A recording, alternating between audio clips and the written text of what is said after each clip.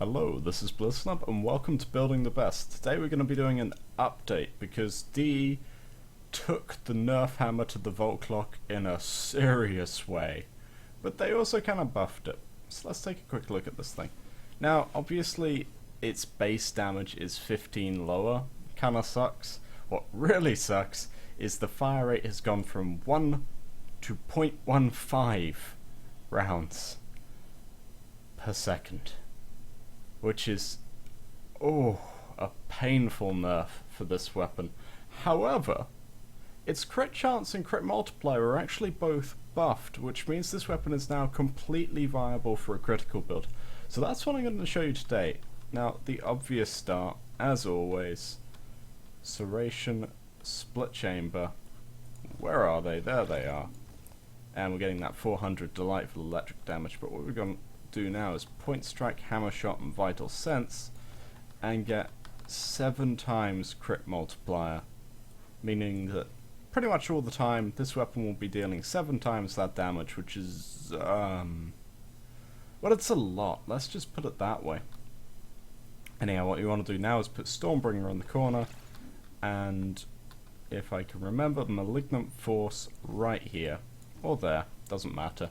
So we're getting 1000 gross damage with nearly maxed out status chance. I say nearly maxed out because the one thing this build needs is a 4th former, and for you to put your electric status chance mod right here.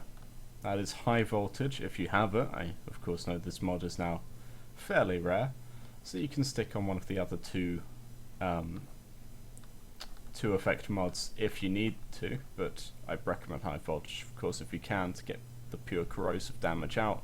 The status chance will go up to, let me just see, 86.4%, which is brilliant, it really is.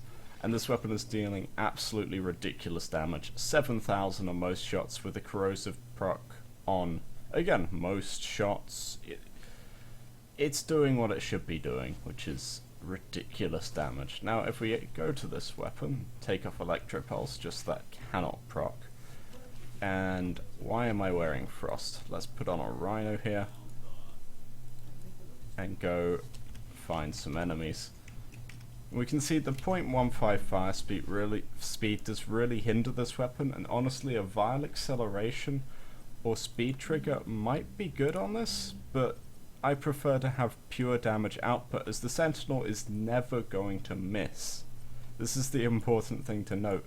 It can only fire that one shot, you know, every, how can I put this, every 0.15 seconds, but it's never going to miss. That 7,000 damage is most likely going to kill everything it hits.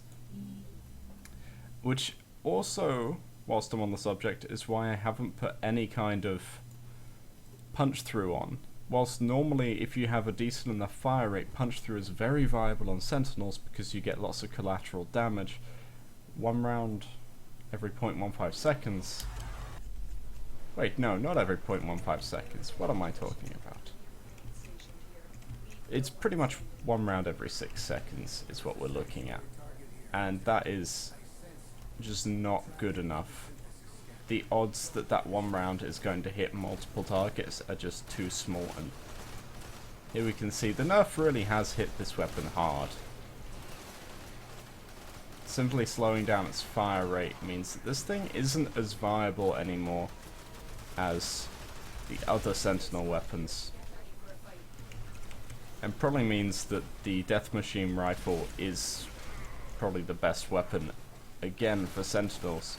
Or Sweeper, Prime Sweeper, if you can get it.